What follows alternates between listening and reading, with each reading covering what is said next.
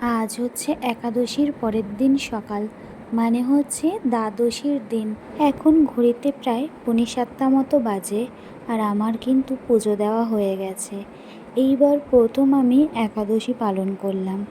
আর আজকে সকালে যেহেতু ভোরের বেলায় শাশুড়ি মা বলেছিল চিড়ে কলা দই দিয়ে পুজো দিতে, সেই মতো আমি ভোরবেলা উঠেই বাসি সমস্ত কাজ সেরে পুজোটাকে দিয়ে, আর এতটাই খিদে পাচ্ছিল তার জন্য 7:30টার মধ্যে লুচি আর আলুর তরকারিও বানিয়ে নিয়েছি।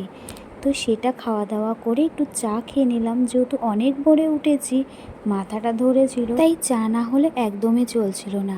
তারপরে বরমশাই প্রিন্টারটা চালিয়েছিল, আর প্রিন্টার থেকে ওই কাগজ বেরোচ্ছে বলে, তো সেই দেখে গুজির তো কী কৌতূহল, এখান থেকে আবার এরমভাবে কাগজ বেরোচ্ছে কেন, এটা কি খেলু করার জিনিস? তাই ওটাকেও দেখেই যাচ্ছে আর কাগজটাকে নেওয়ার চেষ্টা করছে, কিন্তু ওই যে কাগজটা বেরোচ্ছিল বলে ও মুখে করে টেনে তুলতে পারছিল না। তো দুপুরবেলা বরমাসে আগেই খেয়ে বেরিয়ে গেছে, একটু কাজ ছিল সেই দরকারে। আর এখন আমি খেতে বসেছি।